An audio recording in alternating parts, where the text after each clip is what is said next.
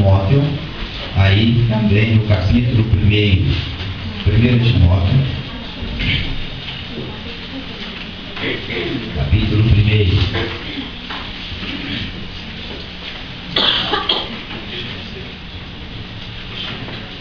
Versículo 9 até o 17.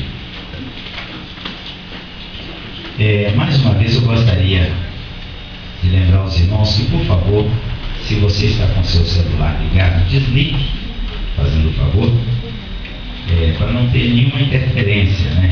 Nós precisamos aprender a separar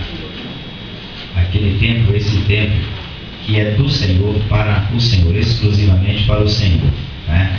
Às vezes a gente fica tão preso nas coisas do dia a dia e a gente fica tenso, né? Sempre aguardando alguma coisa que venha pelo celular, né? Então, eu espero que, em nome de Jesus, agora, a única pessoa que você procure receber agora uma mensagem, que seja o Senhor Jesus. Então, para isso, você não precisa do celular, porque Ele não vai mandar mensagem para você pelo celular, Ele vai mandar agora pela palavra. Amém? Amém. Diz assim a palavra do Senhor. Eu farei a leitura, a igreja acompanha aí. 1 Timóteo 1, de 9 a 17. Sabemos, porém, que a lei é boa, se alguém dela usa legitimamente. Sabendo isto, que a lei não é feita para o justo, mas para os injustos e obstinados, para os ímpios e pecadores, para os profanos e irreligiosos, para os parricidas e matricidas, para os homicidas, para os fornicadores, para os sodomitas, para os roubadores de homens, para os mentirosos, para os perjuros e para o que for contrário à sã doutrina, conforme o Evangelho da glória do Deus bem-aventurado que lhe foi confiado. E dou graças ao que me tem confortado, a Cristo Jesus, Senhor nosso, porque me teve por fiel, pondo-me no ministério, a mim, que antes fui blasfemo e perseguidor e opressor, mas alcancei misericórdia, porque eu fiz ignorantemente na incredulidade. E a graça de nosso Senhor superabundou com a fé e o amor que há em Jesus Cristo. Esta é uma palavra fiel e digna de toda aceitação. Agora todos comigo? Que Cristo Jesus veio ao mundo para salvar os pecadores, dos quais eu sou o principal. Mas por isso alcancei misericórdia, para que em mim, eu sou o principal, Jesus Cristo mostrasse toda sua longanimidade, para exemplo que haviam de crer nele para a vida eterna. Ora, ao Rei dos Reis, ao Rei dos séculos, imortal, invisível, ao único Deus, seja honra e glória para todos sempre. Amém. Vamos orar mais uma vez. Deus querido, nosso Pai eterno, em nome de nosso Senhor e Salvador Jesus, nós nos colocamos nas tuas mãos, Senhor, para pedir ao Senhor agora toda a sabedoria, toda a direção, toda a orientação do teu Santo Espírito, meu Deus, para que esta palavra seja ministrada ao coração da tua igreja, ao coração do teu povo, ao coração, Senhor, daqueles que precisam agora serem orientados pelo Senhor, meu Deus. Nós oramos assim, em nome de nosso Senhor Jesus Cristo. Amém. Meus irmãos, nós vamos falar aqui para os irmãos nessa noite, aí com o tema a perfeição da lei do Senhor. Nós vimos aqui no início o irmão Walter fazendo aqui a abertura do culto, a direção do culto. Logo ele iniciou aí com o Salmo 19, e quando nós vamos lá no Salmo 19, ali no versículo 7, a palavra do Senhor ali dizendo que a lei do Senhor, ela é perfeita. Olha só que coisa maravilhosa. Ela é perfeita, e sendo perfeita, ela refrigera a alma, e ela realmente dá testemunho que o Senhor é poderoso.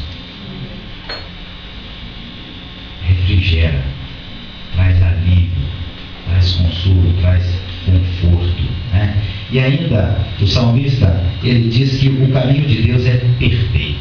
Ou seja, tudo aquilo que o Senhor estabelece, tudo aquilo que o Senhor faz, que o Senhor cria, é perfeito. Deus faz e faz com perfeição, né? Agora, olha só, meus irmãos, a palavra de Deus nesse texto é um texto orientador, mas um texto altamente disciplinar. E quando se fala de lei, geralmente as pessoas têm uma tendência, né, assim, a ter uma certa resistência. Há tempos atrás, os crentes, quando professavam ali a sua fé, logo imediatamente alguém tomava conhecimento e dizia: olha, meu vizinho agora é da lei dos crentes. Da lei dos crentes.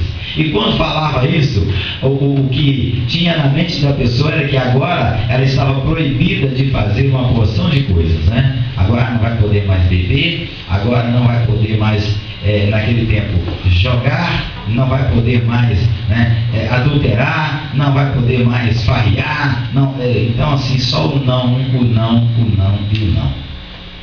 Mas, queridos, eu quero que os irmãos analisem comigo aqui o lado perfeito da lei do Senhor. E quando o Senhor estabeleceu as Sagradas Escrituras, o objetivo dele não era estabelecer aqui uma rivalidade. Deus não tem prazer e Ele não quer ter queda de braço com ninguém. Não é este propósito, não é essa visão do Senhor. Porque Deus sabe que se Ele fosse estabelecer queda de braço conosco, nós vamos perder. Nós vamos perder, irmãos. Jacó intentou isso e ele percebeu que ele era fraco diante do anjo do Senhor. Meus irmãos, então Deus sabia muito bem disso. O objetivo dele, ao estabelecer os seus princípios, as suas leis, os seus mandamentos, não era criar uma rivalidade entre nós e ele. Pelo contrário, né? De forma alguma. Mas é normatizar o nosso procedimento, é facilitar a nossa vida, é trazer bênção, porque o objetivo dos mandamentos do Senhor é abençoar a vida do homem, é fazer com que o homem viva de tal maneira que ele não seja aí destruído por suas inconsequências e a desobediência mediante as leis que são estabelecidas. E veja, os irmãos, que no versículo de número 8, né, a palavra do Senhor: sabemos, porém, que a lei é boa, se alguém dela usa de maneira legítima. Ou seja, irmãos, os mandamentos do Senhor, eles têm como objetivo trazer à nossa memória, à nossa visão, a convicção do pecado. A lei é uma bênção. É uma bênção. Sempre que surge uma lei normatizando o procedimento do homem aqui neste mundo, as leis, as nossas leis cívicas, né? A tendência das pessoas é reclamarem. Mas imagine os irmãos, se não fossem estabelecidas leis como a que temos hoje, que regulamenta aí o uso do álcool no trânsito, que regulamenta o uso da arma. Se nós não tivéssemos essas leis, meus irmãos, tendo essas leis, nós já enfrentamos a dificuldade que enfrentamos, a violência que nós temos, quanto às mortes. E as mortes são decorrência exatamente pela quebra dessas leis, por as pessoas infringirem essas leis. Então, a lei era uma bênção muito grande para a sociedade, porque se alguém usa dela legitimamente, se você anda correto, se você vive de maneira certa, você não tem que preocupar com a lei, certo? Se você não bebe, você não tem que ter medo de ser parado pelo guarda e ele usar o bafômetro ali para tentar comprovar se você está lúcido ou não. Você estará tranquilo. A lei é boa, ela é perfeita para quem dela usa legitimamente. Os mandamentos do Senhor são perfeitos. Não criam entraves na nossa vida. São para nos abençoar. Agora, mas para quem são o rigor, né? Dos mandamentos? Porque olha só, quando o Senhor cria os mandamentos para trazer à nossa visão, à nossa memória, a questão do pecado. Porque o pecado é um negócio sério, irmãos. Pecado é doença que conduz à morte. É muito claro a palavra do Senhor. O salário do pecado, consequência é morte, nós sabemos disso. E o Senhor, ao criar os seus mandamentos, ao estabelecer os seus mandamentos, as suas leis, Ele tem como objetivo, exatamente, meus irmãos, nos livrar da morte e, especificamente, da morte eterna. Porque não é do prazer do Senhor. Deus não quer que ninguém seja condenado. Deus não quer que o homem perca a sua alma. Por isso estabeleceu os seus mandamentos. Mas existe nos mandamentos um determinado rigor. E para quem são aí esse rigor, né, de todos esses mandamentos? Veja que a palavra do Senhor aqui ela traz, dizendo: é para o injusto, obstinado, para ímpios e pecadores, profanos e irreligiosos, parricidas, matricidas, homicidas, fornicadores, sodomitas, sequestradores de homens. Interessante, né? Sequestradores de homens, para os mentirosos, para os perjuros. Bom, vamos lá, passou, mas que salada é essa, né? Cada nome estranho. Vamos então ao entendimento dessas questões aí. Obstinados, ou seja, gente que não se submete, ou que não se submetem a nenhuma autoridade. Irmãos, o problema do nosso país não é falta de lei. O Brasil tem um código de lei maravilhoso, que muitos países chegam a invejar. Mas o nosso problema, a nossa crise é de autoridade. Crise de autoridade. Pessoas obstinadas, que fazem questão mesmo de demonstrar de todas as formas que eles são rebeldes às autoridades, confrontam as autoridades. É o que nós estamos vendo aí, meus irmãos. Adolescentes matando, roubando, assaltando, sequestrando, enfrentam as autoridades e dizem: daqui a pouco vocês estarão me soltando. Vocês estarão me soltando. Não tem temor das autoridades, são obstinados. Agora, isso vai sendo carregado para todo o procedimento da vida do ser humano. Aí nós vamos percebendo as pessoas também não obedecendo a autoridade nenhuma. Vamos para as escolas, nós temos professores aqui. O que é que esses professores têm enfrentado lá nas suas escolas? Só vocês sabem. Quantos e quantos professores desesperados que chegam a abandonar ali o magistério, porque não conseguem mais exercer a autoridade deles ali, porque aqueles alunos não estão nem aí para a autoridade, são obstinados. Quantas e quantas pessoas, meus irmãos, não estão nem aí para aquilo que o pastor está ensinando, para aquilo que os líderes espirituais estão direcionando eles, não querem nem saber, enfrentam mesmo, são obstinados de coração. Para esses a palavra do Senhor diz: o rigor da lei, o rigor dos mandamentos. Porque se você, querido, desobedece, ou se você não ouve o seu pastor, se você confronta a autoridade do seu pastor, você não está confrontando a minha autoridade, você não está colocando em xeque a minha autoridade. Porque eu sou uma autoridade constituída pelo Senhor, o pastor, o líder espiritual. Assim é como todas as autoridades. A palavra do Senhor diz que não existe autoridade que não seja criada ou levantada pelo Senhor. Para esses são o rigor da lei. Também temos aí os ímpios, né? Ou seja, gente sem fé, ateu, né? Mesmo porque a fé, o crer, é uma disposição do coração, porque a palavra do Senhor diz: se em seu coração crer, se em seu coração crer que Deus o ressuscitou dos mortos, é você salvo. É uma disposição do coração. Agora, você é livre para dizer: eu não quero crer, eu não vou crer, eu não quero. Seu coração é livre para isso, para tomar essa decisão. Então a palavra do Senhor diz que a lei também é para os ímpios. Para os profanos, ou seja, aquelas pessoas tomadas de uma impureza tal, de uma impureza tamanha, que não carregam consigo o menor pudor.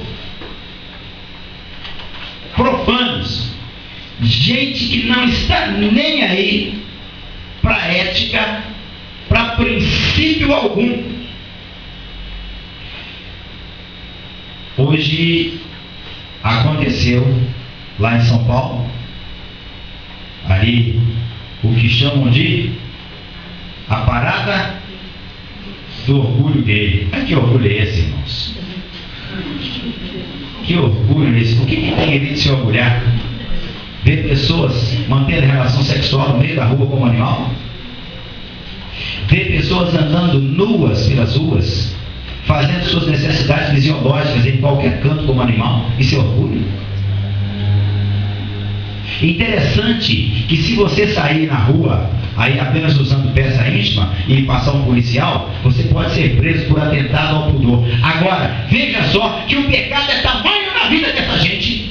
O pecado está tão enraizado, meus irmãos, no coração dessa gente obstinada, que eles podem sair nus em cima de caminhão, enfrentando famílias, desrespeitando crianças, desrespeitando adultos, homens, mulheres, famílias, e podem chamar isso de orgulho. Que orgulho é esse, irmãos? Mas a palavra do Senhor está dizendo: para esses existe o rigor dos mandamentos da lei do Senhor. Amém.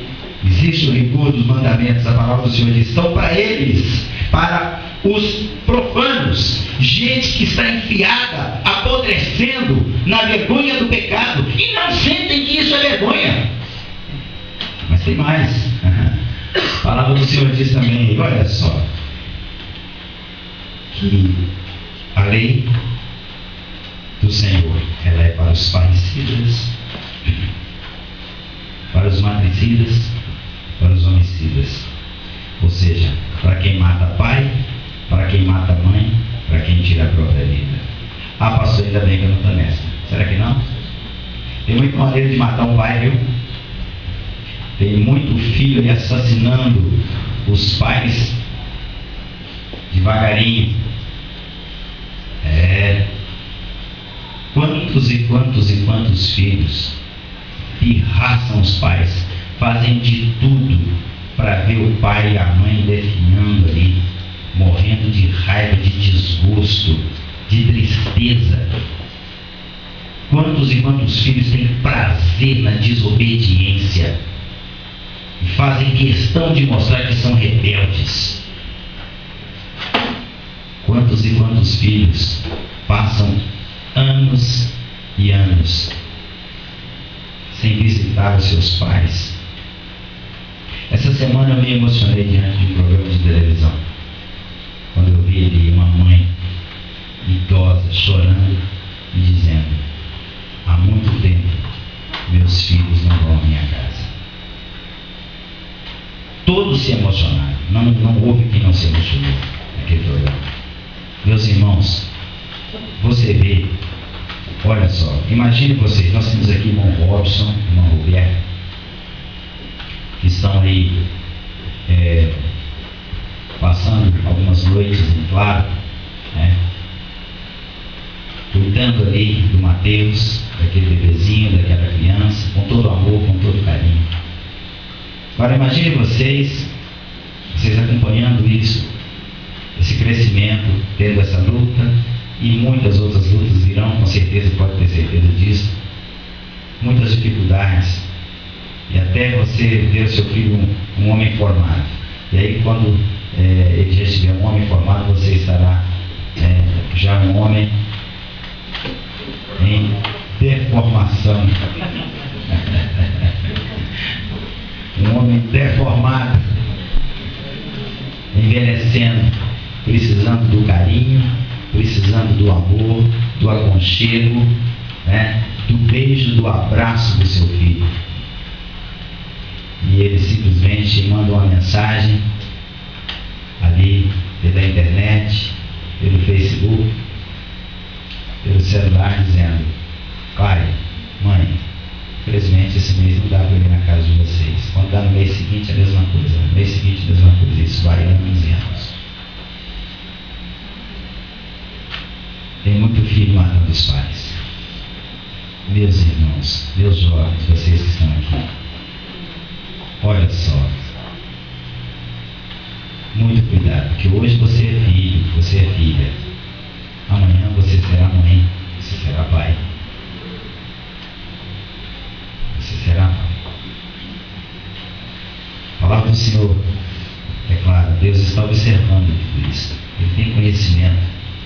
A lei do Senhor, os mandamentos, a lei do Senhor é perfeita, dá sabedoria aos simples, isso como diz no Salmo 19, dá sabedoria aos simples, refrigera a alma, orienta, mas a lei do Senhor também, diz o apóstolo, ela é para corrigir, para fazer justiça àqueles que pulam, àqueles que não obedecem. Mas vamos lá. Também a palavra do Senhor diz que a lei do Senhor é para os ladrões, para os sequestradores. Agora, interessante, veja os irmãos, que no mesmo patamar em que os ladrões, que os sequestradores, que os perjuros, ou seja, aqueles que quebram os mandamentos do Senhor, estão colocados juntamente a receberem o mesmo rigor da lei, estão os fornicadores e os sodomitas, ou seja, aqueles que se deturpam nas relações sexuais. Os sodomitas. Hoje eu fui fazer uma visita do outro lado da cidade, quase perto de Nova Ponte, brincadeira. E quando eu estava aguardando, havia um carro do outro lado parado. A princípio eu observei, pensei, é uma família, Só que daí a pouco eu fui pego por algo muito estranho, duas mulheres se beijando. Duas mulheres, uma jovenzinha e uma já assim, uma idade bem mais acima, Eu falei, meu Deus, eu tinha que presenciar uma cena dessas. Sodomitas. Agora, presta atenção, querido. Presta atenção, você que também está estabelecendo juízo sobre essa gente. Os ladrões, sequestradores, sequestradores. Gente que não obedece os mandamentos do Senhor. Pessoas que estão aí na perversão sexual, estão colocados debaixo do mesmo rigor. Também está os fornicadores. O que é isso? Essa onda que se estabeleceu aí, como alguém outro dia perguntou, mas por que não pode ter relação sexual antes do casamento? Porque a Bíblia ensina que não. Porque a Bíblia ensina que o relacionamento sexual ele é da intimidade do casal. Porque a palavra do Senhor diz que o homem que se ajunta com a mulher forma-se um só corpo com ela. Forma um só corpo com ela. Certo? E isso tem que ser feito, meus irmãos, com temor. Porque a palavra do Senhor diz que o matrimônio é algo venerado, é algo maravilhoso. Não é para as pessoas saírem por aí achando que sexo e sexualidade é para divertimento, como você sai no final de semana no futebol. Não, queridos, é algo sério. Não estou nem aí, pastor, sou obstinado mesmo e não quero nem saber, durmo mesmo com as mulheres e não quero nem saber, eu mantenho a mesma relação sexual com o meu namorado, com a minha namorada, não quero nem saber quem está vendo mesmo. Ah, não? Aí vocês enganam. A palavra do Senhor está aí, dizendo que assim como os homossexuais, assim como as prostitutas, assim como as lésbicas, assim como os ladrões, os sequestradores serão julgados pelo Senhor, você também será julgado. Então, querido, olha só, muito cuidado, mas muito cuidado mesmo, para não ficar se protegendo, né? Achar que você está protegido diante aí de uma proteção de igreja. Não pense que você não será condenado ao inferno se escondendo aí numa capa de religiosidade. Está enganado, querido. A palavra do Senhor é clara quando diz que Deus não se zomba. Que Deus não se zomba. Horrenda coisa é cair nas mãos de Deus vivo. Ele vê todas as coisas. A palavra do Senhor nos ensina que os olhos do Senhor estão sobre toda a terra. Então aquilo que você lê nas empresas, que está bem escrito lá, você está sendo filmado. Lembra disso na hora que você estiver na promiscuidade. Lembra disso na hora que você estiver enfiado no pecado, na desobediência, na rebeldia. Lembra disso. Você está sendo filmado. Você está sendo observado. Porque o Senhor vê todas as coisas. E você vai enfrentar o rigor da lei. A palavra do Senhor assim diz. E olha só, mas que coisa maravilhosa. Pega a sua Bíblia, veja comigo esses versículos agora, versículo 14 até o 17. Já estamos finalizando aqui. Versículo 14 até o 17. 1 Timóteo 1, 14 a 17. Mas diz aí, eu quero que toda a igreja leia comigo esse texto. Vamos lá? E a graça de nosso Senhor superabundou com a fé e o amor que há em Jesus Cristo.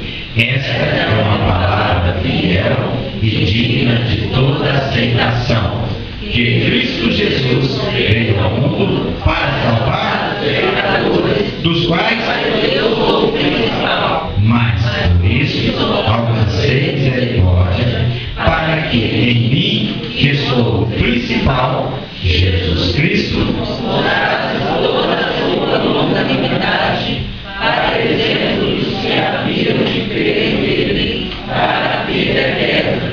Ora, ao Rei dos séculos, imortal, invisível, ao único Deus, seja honra e glória para todos sempre. Amém. Meus irmãos, a graça do Senhor, a graça do Senhor, então, ela alcança o pecador que se arrepende, aquele que se arrepende dos seus pecados, e em Jesus Cristo concede a salvação. Então Deus não tem prazer em condenar ninguém. Não é da alegria, não é da satisfação do Senhor condenar ninguém, pelo contrário, mas Ele quer a nossa confissão, Ele deseja a nossa confissão, certo? E confessar, meus queridos, é nós reconhecermos, entender que nós somos verdadeiramente necessitados da misericórdia do Senhor. É reconhecer que eu e você precisamos do perdão do Senhor. Que nós